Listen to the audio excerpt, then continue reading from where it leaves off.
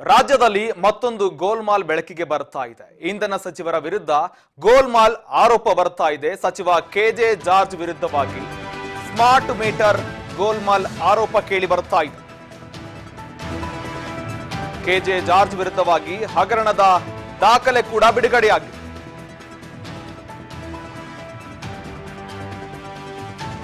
ರಾಜ್ಯದಲ್ಲಿ ಮತ್ತೊಂದು ಗೋಲ್ಮಾಲ್ ಬೆಳಕಿಗೆ ಬರ್ತಾ ಇದೆ. ಸ್ಮಾರ್ಟ್ ಮೀಟರ್ ಟೆಂಡರ್ನಲ್ಲಿ ದೊಡ್ಡ ಮಟ್ಟದ ಹಗರಣವಾಗಿದೆ. ಇಂಧನ ಸಚಿವರ ವಿರುದ್ಧವಾಗಿ ಗೋಲ್ಮಾಲ್ ಆರೋಪ ಕೇಳಿ ಬರ್ತಾ ಇದೆ. ಇಂಧನ ಸಚಿವ ಕೆಜೆ ಜಾರ್ಜ್ ವಿರುದ್ಧವಾಗಿ ಇಂಧನ ಸಚಿವರ ವಿರುದ್ಧವಾಗಿ ಗೋಲ್ಮಾಲ್ ಆರೋಪ ಕೇಳಿ ಬರ್ತಾ ಇದೆ. ಸ್ಮಾರ್ಟ್ ಮೀಟರ್ ಟೆಂಡರ್ನಲ್ಲಿ ಬೃಹತ್ ಮಟ್ಟದ ಗೋಲ್ಮಾಲ್ ನಡೆದಿದೆ. ಈಗಾಗಲೇ ರಾಜ್ಯದಲ್ಲಿ ಮತ್ತೊಂದು ಗೋಲ್ಮಾಲ್ ಬೆಳಕಿಗೆ ಬಂದಿದೆ. ಇಂಧನ ಸಚಿವರ ವಿರುದ್ಧವಾಗಿ ಗೋಲ್ಮಾಲ್ ಆರೋಪ ಕೇಳಿ ಬಂದಿದೆ.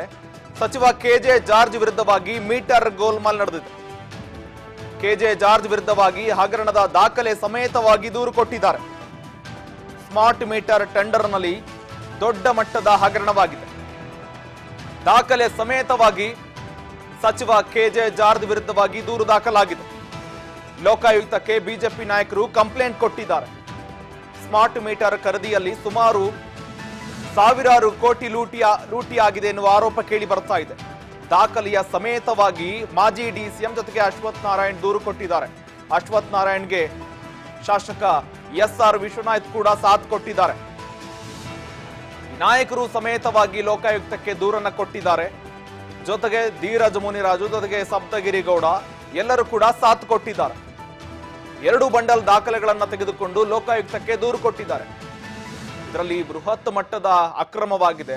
ಇದಕ್ಕೆ ಸಂಬಂಧಪಟ್ಟಂತ ಎಲ್ಲಾ ದಾಖಲೆಗಳನ್ನ ಸಿದ್ಧಪಡಿಸಿ ಕೆಜೆ ಜಾರ್ಜ್ ವಿರುದ್ಧವಾಗಿ ಬೃಹತ್ ಅಕ್ರಮದ ಬಗ್ಗೆ ದಾಖಲೆ ಸಮೇತವಾಗಿ ದೂರು ಕೊಟ್ಟಿದ್ದಾರೆ. ಈಗಾಗಲೇ ಟೆಂಡರ್ನಲ್ಲಿ ಗೋಲ್ಮಾಲ್ ನಡೆದಿದೆ. ಆ ಸ್ಮಾರ್ಟ್ ಮೀಟರ್ ಅಳವಡಿಸುವ ವಿಷಯಕ್ಕೆ ಸಂಬಂಧಪಟ್ಟಂತೆ ಇದರಲ್ಲಿ ಸುಮಾರು ಗೋಲ್ಮಾಲ್ ಆಗಿದೆ. ಇಂಧನ ಸಚಿವ ಕೆಜೆ ಜಾರ್ಜ್ ವಿರುದ್ಧವಾಗಿ ಇಲಾಖೆಯ ಅಧಿಕಾರಿಗಳು ಜೊತೆಗೆ ಮಧ್ಯವರ್ತಿಗಳು ಕೂಡ ಇದರಲ್ಲಿ ಭಾಗಿಯಾಗಿದ್ದಾರೆ ಎನ್ನುವ ಆರೋಪ ಕೂಡ ಉಲ್ಲೇಖಿಸಿ ಕೆಜೆ ಜಾರ್ಜ್ ವಿರುದ್ಧವಾಗಿ ತನಿಖೆ ಮಾಡಿ ಅಂತ ಲೋಕಾಯುಕ್ತಕ್ಕೆ ಕಂಪ್ಲೇಂಟ್ ಕೊಟ್ಟಿದ್ದಾರೆ.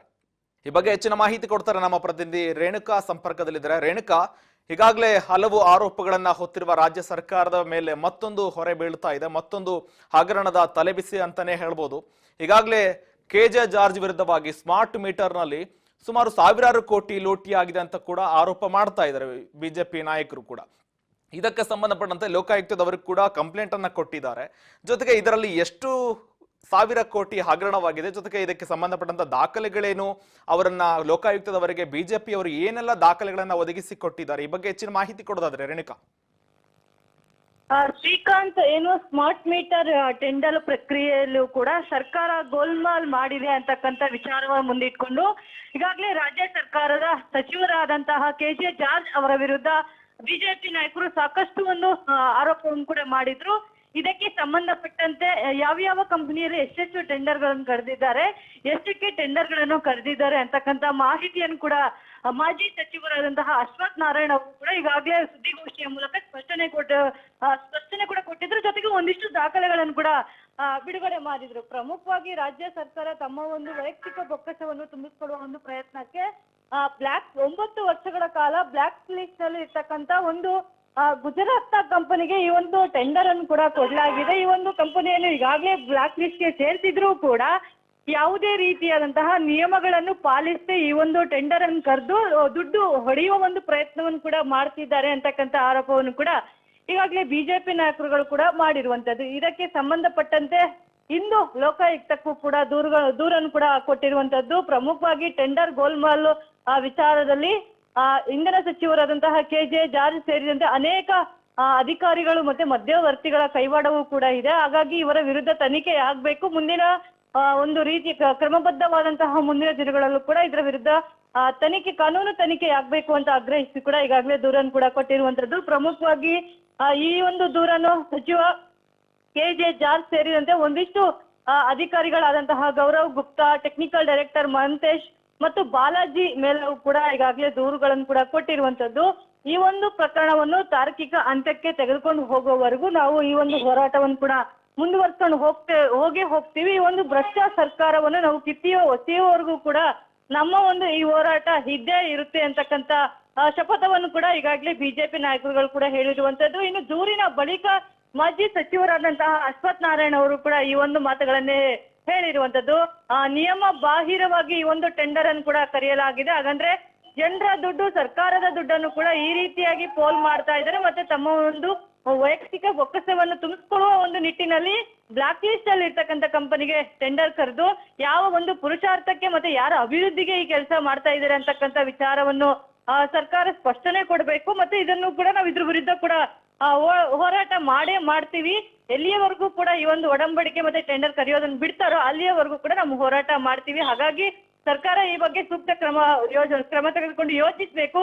ಟೆಂಡರ್ ವಿಷಯದಲ್ಲಿ ಮತ್ತೊಮ್ಮೆ ಯೋಚನೆ ಮಾಡಿ ನಿರ್ಧಾರ ಕೈಗೊಳ್ಬೇಕು ಅಂತಕ್ಕಂಥ ಎಚ್ಚರಿಕೆಯನ್ನು ಕೂಡ ಈಗಾಗಲೇ ಬಿಜೆಪಿ ನಾಯಕರು ರವಾನೆ ಮಾಡಿರುವಂತದ್ದು. Srikanth, okay, thank you Renuka ನಿಮ್ಮೆಲ್ಲ ಮಾಹಿತಿಗಾಗಿ. ಈಗಾಗಲೇ ಇದೇ ವಿಚಾರಕ್ಕೆ ಸಂಬಂಧಪಟ್ಟಂತೆ ಸ್ಮಾರ್ಟ್ ಮೀಟರ್ ಅಳವಡಿಸುವ ವಿಷಯಕ್ಕೆ ಸಂಬಂಧಪಟ್ಟಂತೆ ದೊಡ್ಡ ಮಟ್ಟದ ಗೋಲ್ಮಾಲ್ ಆಗಿದೆ ಅಂತ ಈಗಾಗಲೇ ಅಶ್ವಥ್ ನಾರಾಯಣ್ ಅವರು ಕೂಡ ಪ್ರೆಸ್ ಮೀಟ್ ಅನ್ನ ಮಾಡಿ ತುಂಬಾ ದಾಖಲೆಗಳನ್ನು ಕೂಡ ಅವರು ಬಿಡುಗಡೆ ಮಾಡ್ತೀನಿ ಅಂತ ಕೂಡ ಕೆಲವು ದಾಖಲೆಗಳನ್ನು ಕೂಡ ಬಿಡುಗಡೆ ಮಾಡಿದ್ರು. ಈಗ ಆ ವಿಷಯಕ್ಕೆ ಸಂಬಂಧಪಟ್ಟಂತೆ ಎಲ್ಲಾ ದಾಖಲೆಗಳನ್ನ ಸುಮಾರು 2 ಬಂಡಲ್ಗಳನ್ನ ದಾಖಲೆಗಳನ್ನ ಸಂಗ್ರಹ ಮಾಡಿ ಲೋಕಾಯುಕ್ತದವರಿಗೆ ದೂರನ್ನ ಕೊಟ್ಟಿದ್ದಾರೆ. ಈಗಾಗಲೇ ಒಂದು ಕಡೆ ಮೂಡಾ ಹಗರಣಕ್ಕೆ ಸಂಬಂಧಪಟ್ಟಂತೆ ಸಿಎಂ ಸಿದ್ದರಾಮಯ್ಯ ಅವರು ಕೂಡ ಅಲ್ಲಿ ತಗಲಾಕೊಂಡಿದ್ದಾರೆ. ಜೊತೆಗೆ ಇದಕ್ಕೆ ಸಂಬಂಧಪಟ್ಟಂತೆ ಈಗ KJ ಜಾರ್ಜ್ ಜೊತೆಗೆ ವಾಲ್ಮೀಕಿ ಹಗರಣದಲ್ಲೂ ಕೂಡ ನಾಗೇಂದ್ರ ಕೂಡ ಈಗಾಗಲೇ ರಾಜೀನಾಮೆಯನ್ನು ಕೂಡ ಕೊಟ್ಟಿದ್ದಾರೆ. ಈಗಾಗಲೇ ರಾಜ್ಯ ಸರ್ಕಾರದ ಮೇಲೆ ಒಂದೊಂದೇ ಹೊರೆಗಳು ಕೂಡ ಬೀಳ್ತಾ ಇದೆ. ಪ್ರಮುಖವಾಗಿ ಅಶ್ವಥ್ ನಾರಾಯಣ್ ಪ್ರಮುಖವಾಗಿ ಆರೋಪ ಮಾಡಿರುವ ಈ ವಿಷಯಕ್ಕೆ ಸಂಬಂಧಪಟ್ಟಂತೆ ಹೇಳೋದಾದ್ರೆ, ಈ ಟೆಂಡರ್ ಕರೆದಿರುವ ಸಂಸ್ಥೆ ಏನಿದೆ ಆ ಸಂಸ್ಥೆ ಈಗಾಗಲೇ ನಿಷೇಧಿತ ಸಂಸ್ಥೆ. ಆ ಸಂಸ್ಥೆಯನ್ನ ಕೂಡ ಬ್ಯಾನ್ ಮಾಡಿದ್ರು. ಅಂತ ಸಂಸ್ಥೆಯನ್ನ ಇವರು ಪರಿಗಣನೆಗೆ ತೆಗೆದುಕೊಂಡು ಅಂತ ಸಂಸ್ಥೆಗೆ ಟೆಂಡರ್ ಅನ್ನ ಕೊಟ್ಟಿದ್ದಾರೆ ಅಂತ ಕೂಡ ಆರೋಪ ಮಾಡಿದ್ರು. ಈ ವಿಷಯಕ್ಕೆ ಸಂಬಂಧಪಟ್ಟಂತೆ KJ ಜಾರ್ಜ್ ಕೂಡ ಪ್ರತಿಕ್ರಿಯೆ ಕೊಟ್ಟಿದ್ರು. ಈಗ ಎಲ್ಲಾ ದಾಖಲೆಗಳನ್ನ ಸಿದ್ಧಪಡಿಸಿ ಸುಮಾರು 2 ಬಂಡಲ್ಗಳ ದಾಖಲೆಗಳನ್ನ ಸಂಗ್ರಹ ಮಾಡಿ ಈಗ ಲೋಕಾಯುಕ್ತದವರಿಗೆ ದೂರನ್ನ ಕೊಡ್ತಾ ಇದ್ದಾರೆ. ಈಗ ಲೋಕಾಯುಕ್ತದವರು ಮುಂದಿನ ತನಿಖೆ ಕೂಡ ಕೈಗೆತ್ತಿಕೊಳ್ತಾರೆ. ನೋಡ್ಬೇಕಾಗುತ್ತೆ ಇದಕ್ಕೆ ಸಂಬಂಧಪಟ್ಟಂತ ಟೆಂಡರ್ ವಿಷಯಕ್ಕೆ ಸಂಬಂಧಪಟ್ಟಂತೆ, ಸ್ಮಾರ್ಟ್ ಮೀಟರ್ ವಿಷಯಕ್ಕೆ ಸಂಬಂಧಪಟ್ಟಂತೆ ಎಷ್ಟೆಲ್ಲ ಹಗರಣವಾಗಿದೆ, ಎಷ್ಟು ಮೊತ್ತದ ಹಗರಣಕ್ಕೆ ಇದಕ್ಕೆ ಸಂಬಂಧಪಟ್ಟಂತ ಹಣವನ್ನ ಇದಕ್ಕೆ ಗೋಲ್ಮಾಲ್ ಆಗಿದೆ ಎನ್ನುವುದರ ಬಗ್ಗೆ ಇನ್ನಷ್ಟು ಮಾಹಿತಿ ಕೂಡ ಬರಬೇಕಾಗುತ್ತೆ. ನೋಡ್ಬೇಕಾಗುತ್ತೆ ಲೋಕಾಯುಕ್ತದವರು ಯಾವ್ಯಾವ ಹಂತಗಳಲ್ಲಿ ತನಿಖೆಗೆ ಕೈಗೆತ್ತಿಕೊಂಡು ಯಾವ್ಯಾವ ಅಂಶಗಳನ್ನ ಬಿಡುಗಡೆ ಮಾಡ್ತಾರೆ ಅನ್ನೋದನ್ನ.